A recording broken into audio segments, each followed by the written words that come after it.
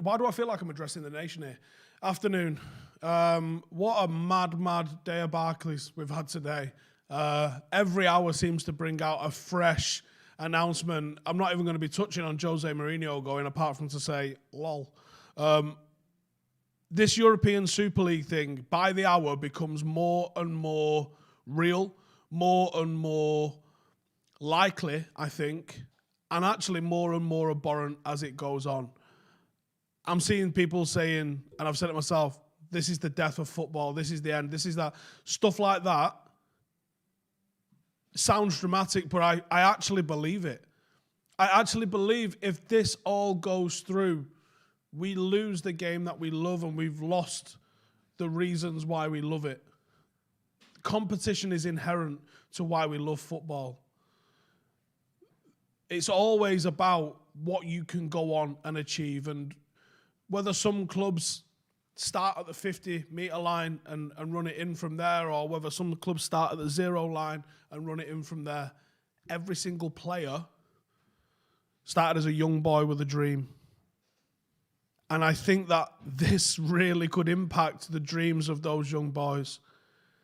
And one thing that has barely been touched on in all of this lot, we've seen price freezes at Old Trafford for a moment now in terms of the season ticket costs. What do you think they're going to go to when it's Barcelona, Real Madrid, week in, week out? They're going to become too much. So, for those of you that have, woken up from a coma at 4 o'clock on a Monday afternoon and decided the first thing you're going to do is check out this YouTube channel, I'll fill you in on a little bit on what's happened. 12 of Europe's leading football clubs, 11 plus Arsenal, have come together to announce that they've agreed to establish a new midweek competition called the Super League, and it's going to be governed by the founding clubs. England's Big Six, which is a term that's been around for about 4 weeks now, United, Liverpool, Arsenal, City, Chelsea and Tottenham are all involved as founders. They're among the 12 founder members, along with Real Madrid, Barcelona, Atletico Madrid, Inter and AC Milan and Juventus. Reaction from everywhere has been universally scathing.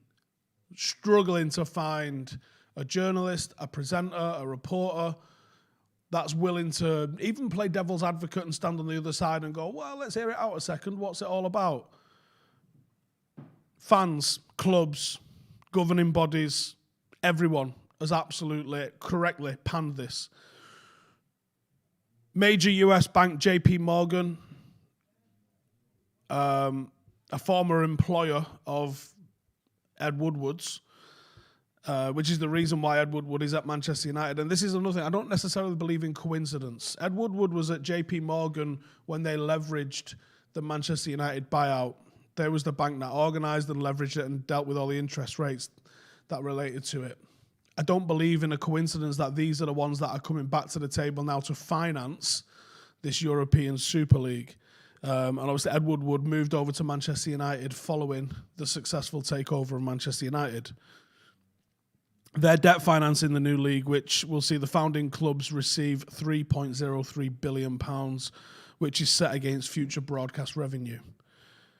Recent developments that have happened this afternoon, Bayern Munich and Paris Saint-Germain are understood to have rejected the idea, as have Borussia Dortmund, although the plan is set to expand to 15 founder members with a further 5 annual qualifiers.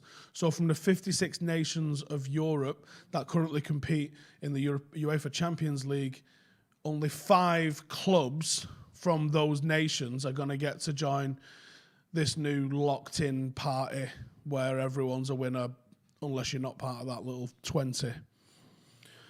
Dortmund confirmed this morning that they have no plans to enter any sort of breakaway league, and they're saying they want to implement the planned reform of the Champions League. The initial competition with its 15 founders has been signed up to last for a minimum of 23 years. Seemingly the length of that contract was to get some TV companies to sign up and be interested in that. The Super League have held early discussions with broadcasters seeking to secure deals with absolute monsters such as Amazon, Facebook, Disney, as well as Sky, which would raise annual revenues worth $4 billion a year, which is roughly double what the current Champions League format earns.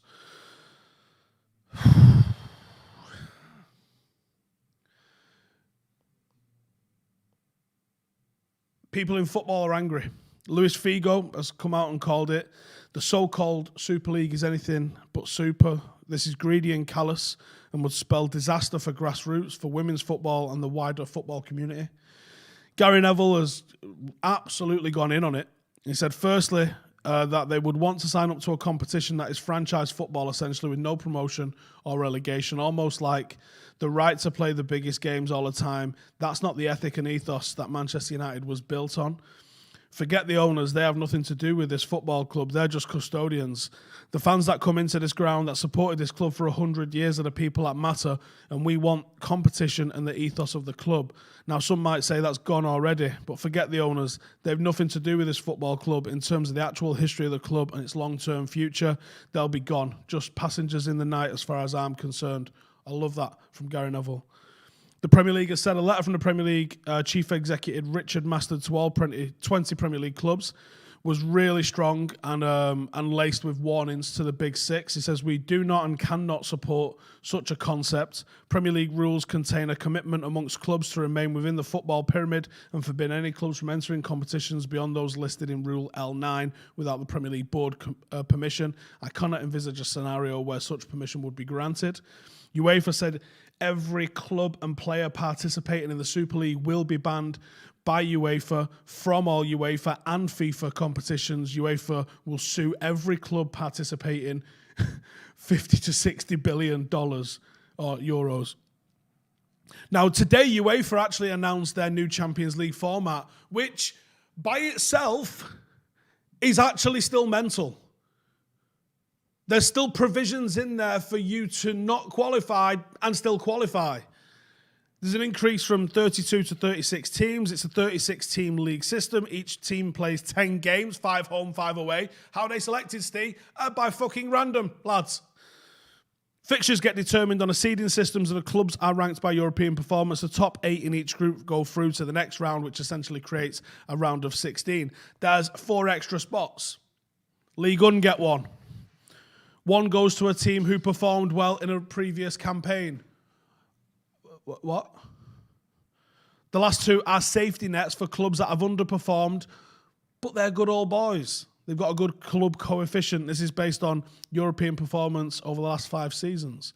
If teams finish 5th to 7th and are still in European spots, based on that coefficient, they can still qualify for the UEFA Champions League. This is still an old boys club. This is still pretty egregious. But it's not the you'll never be relegated. It's still very loosely based on competition. The European Super League one, which is just minging, you can just fail for years and years and years and happily sit amongst everyone else at Europe's top table. I say Europe. There's 3 nations involved out of the 56. There's 53 nations not represented there, and you want to call it the European Super League? Do me a favour. There's still lots of questions. Lots and lots and lots of questions. UEFA have said that the Europa and the UEFA Champions League will carry on as normal this season. The Prem haven't confirmed anything. What happens to qualification following this season? What happens to United for next season?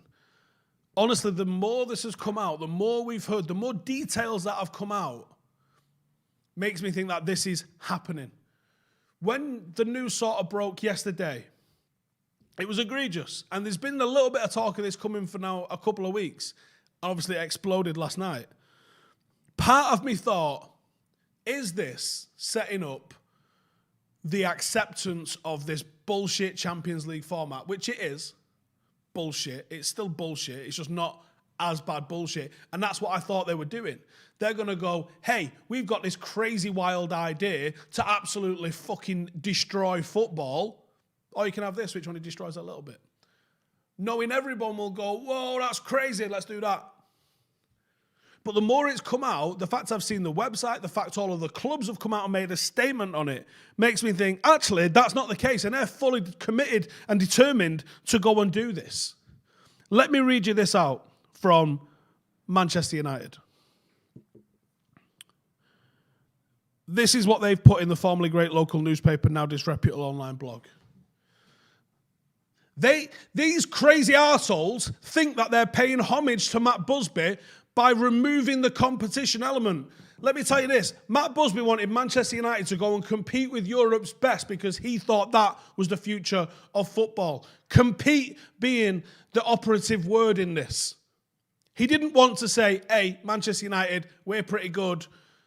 Can we have a free ride for the rest of eternity and ruin English football? No. Sir Matt understood that there was an extra step to go to and was a pioneer and a visionary in seeing that the European Cup would become that. Manchester United have essentially used the MEN as a press release to try and calm people down and have dragged Sir Matt Busby's fucking name into this, and it's actually sickening. This is hanging. Let me read this out. Manchester United are drawing inspiration from Sir Matt Busby's trailblazing venture into European Cup with their support for the widely condemned Super League.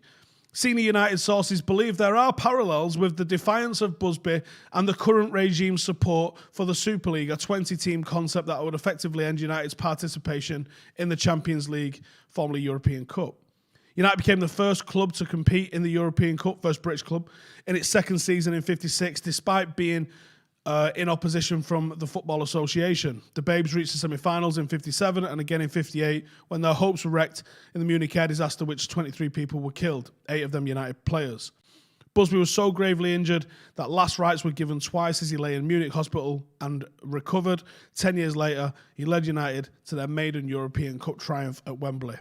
United have likened their breakaway plans to the pioneer, innovation and charge Busby drove in the late 50s. Fuck off. I can't even begin to describe. I need to go speak to my granddad and see how... Do you know what? I can't go and speak to him. That might fucking kill him if I tell him that. That is so backwards in thinking and wrong. It's disgusting. How dare they? How absolute dare they try and draw parallels with this? So Matt Busby was about competition. Manchester United didn't get back into it until the 1965-66 season because we was decimated by Munich and had to work our way back to being a club that could compete in England before earning the right to go and play the very best across Europe. We didn't say, all our players died in a plane crash last year, can we come in for free?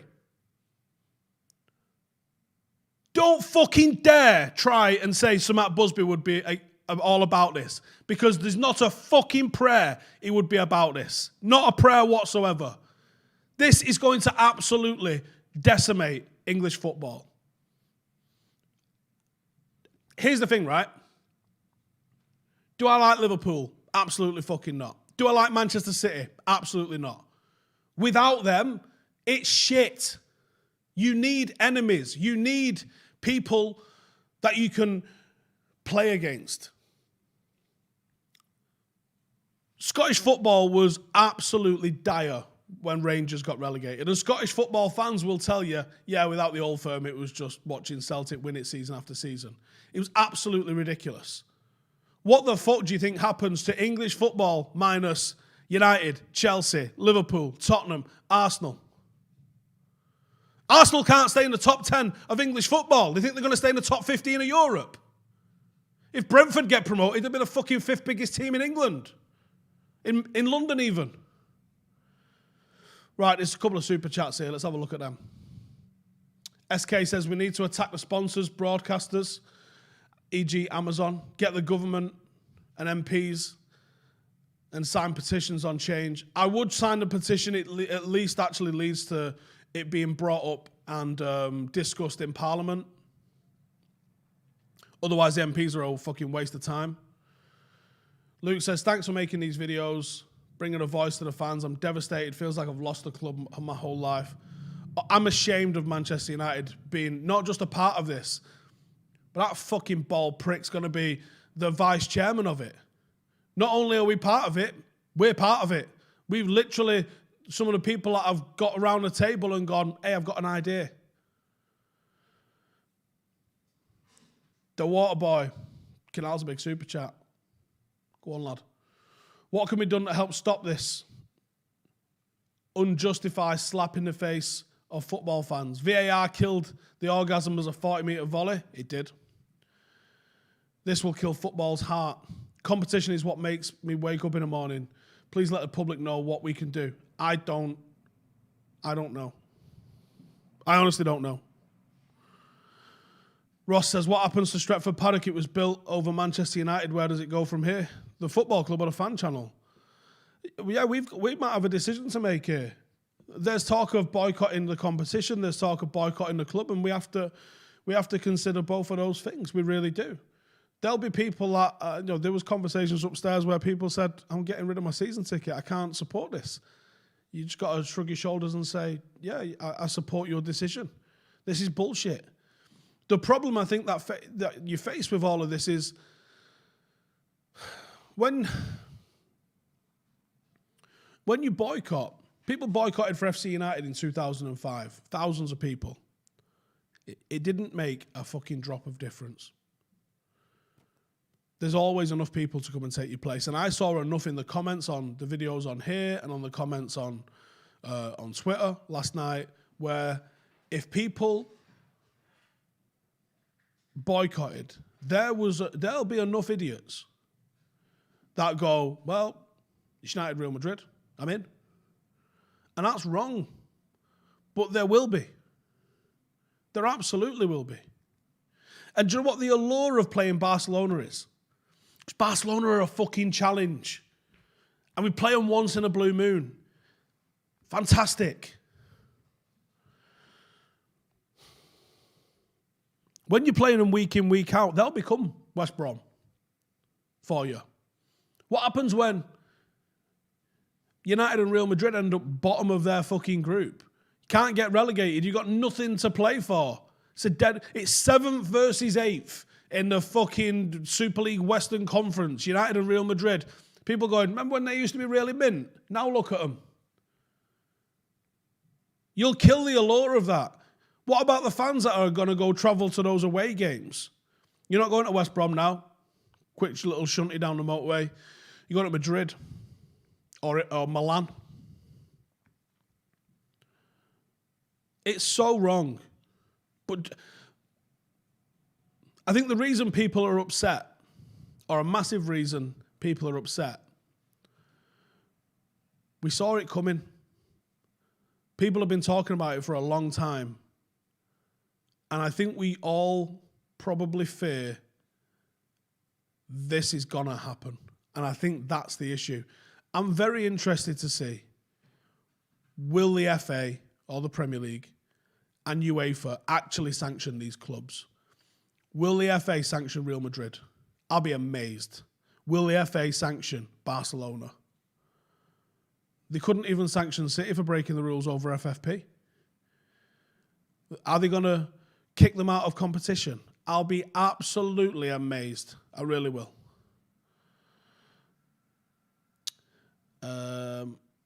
Need to see a protest from the managers and players. Stand up for what's right and risk your job. Can't happen if they're going to play. It won't happen, I don't think. It won't happen. Harry says, feels like I lost 20 years of my life supporting the club. The club I love has died inside of me. Just move the top one up for us, please, Joe. It's from Matthew. Are they forgetting that after Munich, the likes of Real Madrid offered to loan Puskas and we rejected it? We didn't reject it. We wasn't allowed. Foreign players weren't permitted to play in English football at the time. T-Man says, I never thought there could be anything that would make me disown the club that I've loved all my life. I can't support Glazer FC. I feel lost. Aditya says, their deeds won't justify the name Manchester United. I am from India. The only thing I liked about England is going to die. Chips are good. Alfie Palmer says, we're ashamed of the club and it's got nothing to do with people that really matter like Ollie and the lads. I'm glad my granddad isn't alive to see this. There's going to be a lot of that. If United join this, if we're fucking driving the ship, us and Florentine Perez, Joel Glazer and Perez, fucking BFFs for life, them two. If United do join this, they'll do so by accepting that they no longer represent the values on which the club was built and fans buy into. Club ceases to exist for me. Bold words, don't necessarily disagree. Will I arrange protests with fans? I don't get listened to. So we have a supporters trust. We have the Red Army. I'd look to those guys and I'll support what they do. Imagine if Scholes scored that goal against Barcelona in the Super League and we played them every week. The atmosphere would be nowhere near as electric. No. Not just that. How shit would it feel just qualifying when you've been shit? Oh yeah, we're shit. Like, do you know when we came 7th from the Moyes and we was well shit? But if you're like, hey, we get to use our special one time, well, we can use it every time we want, actually, play card, that means we get back in the Champions League again. You're like, don't fucking put us in the Champions League. We're not good enough to be in the Champions League. Why are you putting us in the Champions League? It's nonsense. These clubs would be nothing if it wasn't for the pyramid they are walking away from. Correct. ESL is about as prestigious as the ICC. Yeah. Go down a bit for us, Joe. Would I bring the Scottish teams? What? Into England? They might have to. But that murders Scottish football. It's not really fair on Scottish football. Magnus says, Norwegian here. My dad, who's been a fan of United since the 80s, will find another club in England to follow if this goes through. We love United, but what makes us great is the Premier League. And Reece says, they've clearly waited until the fans aren't in stadiums to finalise and announce this. There would be riots. I do find the timing curious. And curious because today was when UEFA were announcing their Champions League reforms and they put this out last night. Does no one find that like really suspicious that went out at that sort of time? Because I find it mega suspicious. Tyler says, when billionaire owners, billionaire corporations and billionaire TV companies get together in a room, it's the fans that lose. Correct. I'm disgusted. I'm disgusted in Manchester United. Joe said this to us a while ago. You feel like United are the goodies in all of this. And this doesn't feel like that.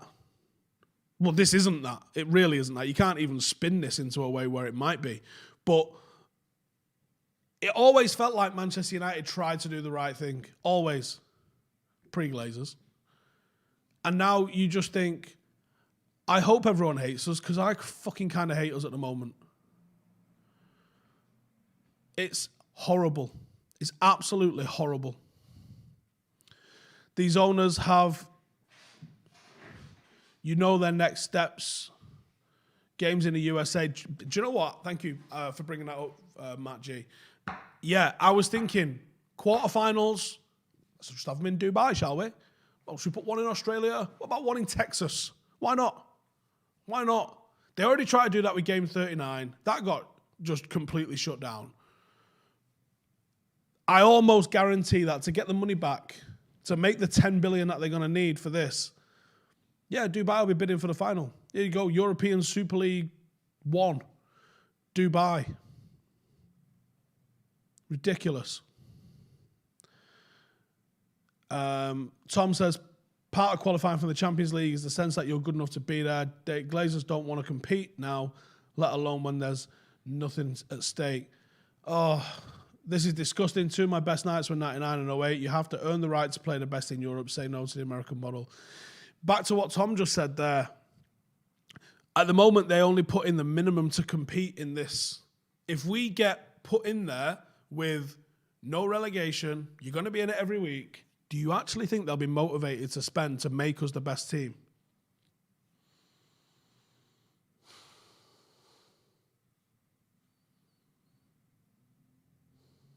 Peter Kelly, he says, just seen your tweet about it being the Glazers' plan all along when they bought us. If this falls through, hopefully they F off. You're going to need some severe sanctions from FIFA, UEFA, and the FA for this. But I almost think that money is ruling this decision that much, they won't give a toss. And maybe it won't be Manchester United. Maybe it'll be the fucking Florida Red Devils that ends up entering this thing. But I think they're going along with this no matter what. I spoke to someone this morning and I didn't like what they was having to say. And they was talking, why do you think United have picked up all of these young lads like Ahmad and Palestri and all of those sorts of players? Do you think they'll be playing first team or do you think they'll be playing in the domestic league that comes? I hope they're wrong. We've allowed capitalists to run our club and their first priority when they wake up is how much money they make. Do you know what, though? They're not even very good at it. They're not even very good at it. 30 years and this is it for me, says Dave O'Gorman. Tears of joy and tears of hurt I've shed for the club. Thousands of pounds spent following the club home and abroad. See what? You can't buy that. And it's gone. Here's the next one. Having a Super League final in Australia might be the only good thing to come out of this should it happen.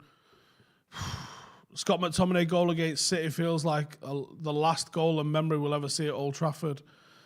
God, you're not wrong though. Interesting that City owners changed their mind. What do I reckon they were offered? Probably the final always being in UAE. In Dubai's UAE, innit? No comment. I don't know what we do. It's absolutely sickened by United trying to... Hey, Matt Busby did it. No, he fucking didn't. No, he fucking didn't. And do you know what? Not only did Matt Busby not do it, you don't get what happened with the Babes. You don't get 68. You don't even get Sir Alex Ferguson. Do you think Aberdeen get to play Real Madrid? Not in this. Not anymore. If you're a United fan and you're Fordish, you need to boil your fucking face. You shit on everything that this club stands for. Laters.